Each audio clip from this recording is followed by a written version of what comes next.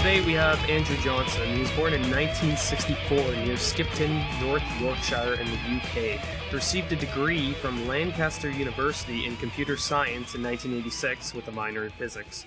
He worked as a software engineer, and he worked on real-time process control and telecommunications for about 6 years. Then he decided he wanted to get into the teaching world, and he spent 2 years as a lecturer on BTEC National and Higher Education National Diploma courses at West Notts College in the UK.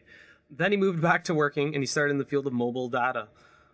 He now assesses disabled students for access to assistive technology for higher education. In 2004, he became active in campaigning for 9/11, and that's what brings us here. Hello, Andrew. Hello, Mike. Thanks for inviting me on. Oh, no problem, no problem. It's nice to have somebody that knows their stuff, eh? Well, I try. Well, yeah, hey, it's a bit more than the other guys, at least, eh? Hopefully. So today we're going to kind of focus on kind of more of the cover-up, kind of your specialties of this. I know you've been documenting this through various YouTube things that I've downloaded and other things too that you see, your articles and stuff. First of all, I was wondering if we could start just a brief introduction. Let's not get too much into this, but controlled demolition versus what is seen at the World Trade Center complex. So if you just wanted to say a few words about that, like I said, we won't get too much in depth because we could go on for years. So yeah, take it away. Sure, yeah. I mean, that's one of the main things that I was caught up in originally, was this idea that someone put either bombs or, controlled demolition charges into the towers, and you rig them up to explode in sequence. And, you get these classic sequences that are shown with these there's 2 or 3 firefighters in the firehouse saying, oh, yeah, these things popping out floor by floor. And, and I think a lot of people have seen these, and some people still think that means bombs were used.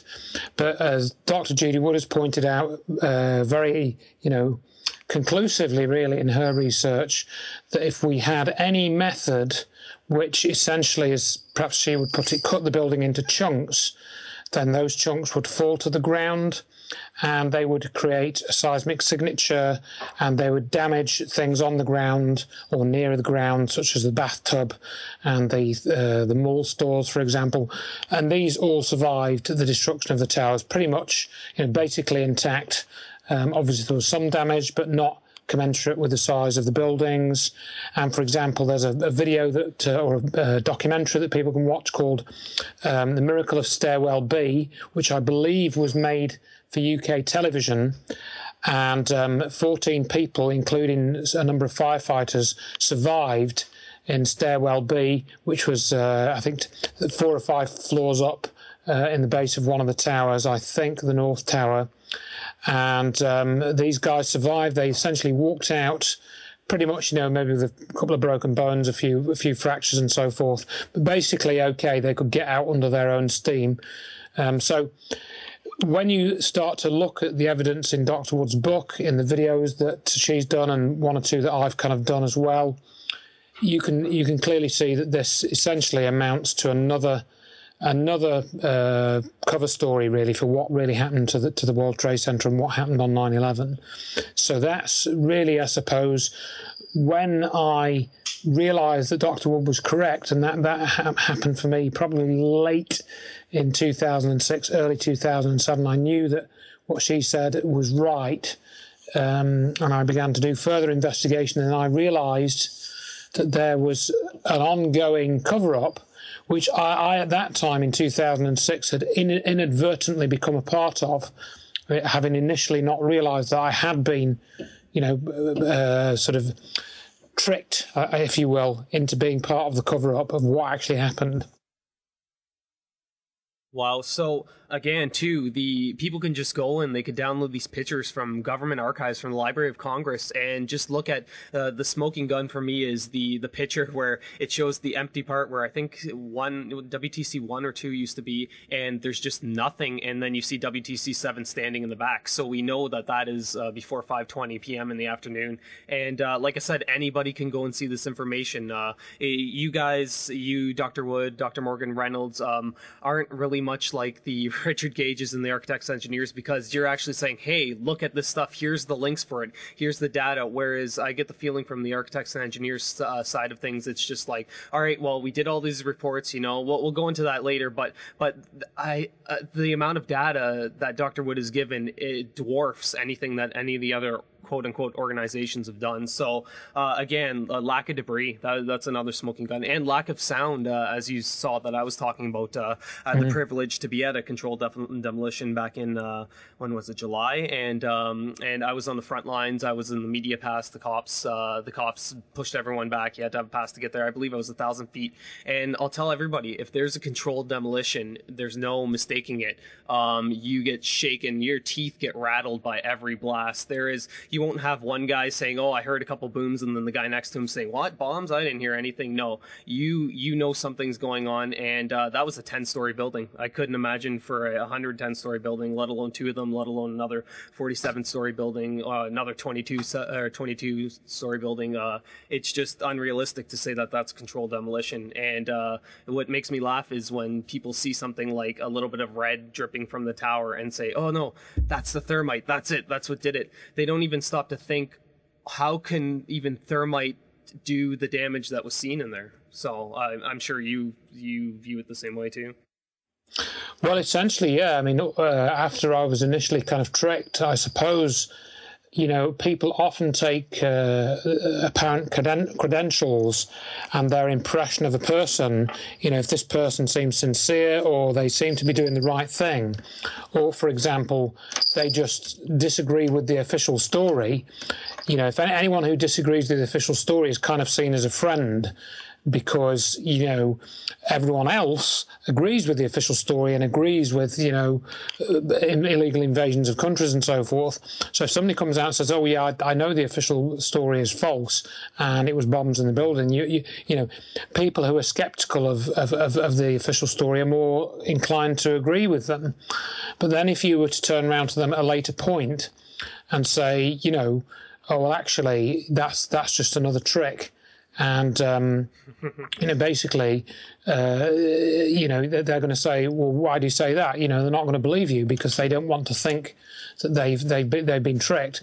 I mean, that essentially happened to me when I found out about this Stephen E. Jones character, that he'd actually falsely claimed that thermite was one of the destructive components used, you know, to take down the towers. And then you've got people like Niels Harrit, who were running backup for him in 2008 and since then.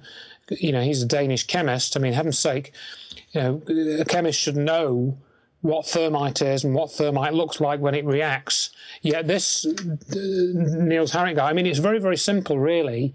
People try to make it complicated, but if you just literally Google, you know, thermite reaction, and either just look at some still images or, you know, some short YouTube videos, you'll see basically in many of these videos 100 grams, 200 grams, 300 grams of thermite reacting, and typically in something like a flower pot. And it's, you know, it's an almost blinding glow. You know, you can't really, you can just about look at it. So this, you know, it's very, very simple. You know, I can observe that. You can observe. You can look at it in a textbook, or, you know, if you must go to Wikipedia, a site I loathe, but if you must go there, you can find out about it there and the different types of thermite. But yeah, a Danish chemist who allegedly teaches chemistry at a university, I think in Copenhagen, in Denmark, he says in a news broadcast that he thinks hundreds of tons, tons, let's just leave out the hundreds. I'm not sure if he said that. I don't want to misquote him. People are very fond of misquoting Dr. Wood and myself, but I'm not going to misquote them. So Niels Harrit says that tons of thermite were used. Well, you scale up this, let's say half a kilogram, which I think it's not even, it's probably going to be 100 grams or less. You do the numbers, and then look at the volume of light, you know, the brilliance of light coming out, and scale that up to two towers. It just, you know, it doesn't make any sense. It's correct, nonsense. Correct. But at first, you know, I was taken in by this. I freely admit that I was taken in by this for probably a period of well, probably at least a year, and maybe even up to 18 months before I was finally rid myself of this this idea of thermite. And it's still a big problem to this day that people who think they know, about 9/11 are posting stuff on Facebook about thermite or nukes or some combination thereof. And it doesn't stack up. It seems like people are willing to accept the story if, say, it's somebody contrary to the official story. So you have like a Richard Gay speaking out against it, and he's saying, "No, I'm your friend. Come here. I've got the information you need. Trust me." We'll go into more about him later. I also wanted to mention too, if the evidence for thermite was so great, why wasn't it included in the original request for corrections that Stephen Jones, I believe, partly filed to NIST? You could find Correct. Now you could find a link to a page that says thermite, but it literally one result of thermite. You would said, I believe in one of your talks, to go look for it, and I did it myself, and I can tell you right now that that's the case. So every time you hear them talk, it's, we have all this amazing evidence, this, that, and the other thing, and yet they didn't include any of it in their RFC. That's correct. That's correct. That's very odd. That's yeah. So, anyways, again, this kind of ties in before your first signs that you kind of noticed that there was a cover up, and how things had changed after you. This is further down the line, but after you and Judy Wood made the Dr. Wood made the connection for the energy. So we'll start with signs of the cover up first. Yeah. So I think really. One of the things that I think first made me rather curious was that I'd heard talk, because I was basically invited into this group which was called Scholars for 9/11 Truth, okay, so I missed out that part really, and I was invited by Jim Fetzer and Stephen E. Jones, and I was invited in as a full member of this group, and they basically had a kind of tiered membership. And it was allegedly those that were seen to be full members had to be something like a tenured professor or, have some kind of post like that. And I wasn't that. For some reason, they invited me as a full member, but I didn't. I was only a very lowly academic. So that was immediately suspicious. But to me, it wasn't that relevant because I thought we were a group of academics studying 9/11 and trying to get... So to me, it wasn't that relevant at that point. But later, I realised why they did that. For people listening to the original Scholars for 9/11 group, that was kind of the original group, right? The original 9/11 group. Correct. Yeah. It preceded the Architects and Engineers group, and that the Architects and Engineers group was kind of started to come into being in 2007, which we'll probably go into a little bit later. But so I was in the Scholars for 9/11 Truth group. I've written about this in my free book, which is called 9/11 Finding the Truth. So you can Google 9/11 Finding the Truth and my name, and you'll find pages about that, and you can download the book for free, or you can get a paperback at cost price from Lulu. Audiobook so too. forth.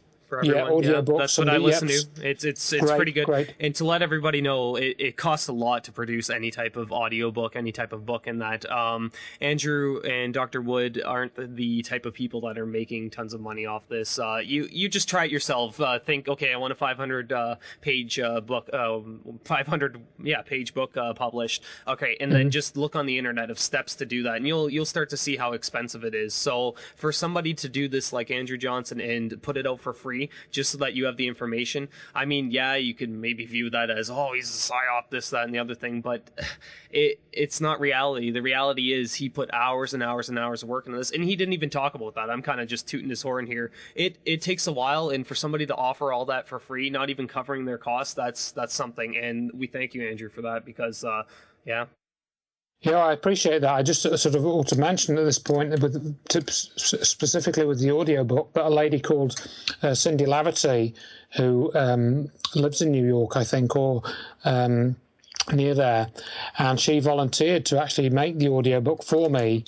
And she did that all pretty much, she just said, do you mind if I do it? And I said, I'd love you to do it, And as you say, the amount of time she put into that, it's just unbelievable. And I have, she told me recently she disclosed something to me, and I just thought, well, how did you do it? Because it was like amazing what she did. Yeah. So I'd like to mention that. And I think we ended up with a couple of chapters not read. So a couple of the chapters like a bot voice, but by and large, it's I think you'll find it's very. It's about the listenable information. It's about, and exactly, I know a lot of people want a pretty packaged thing, but hey, this is for free. Right. What do you expect? He didn't charge. Yeah. If you go to a normal studio, you're paying like a cheap studio here is $30 an hour, but in an average studio, you're paying anywhere from $70 to $200 an hour. And to get somebody in for audiobook work, it's not feasible for some people. So again, thank you to Cindy.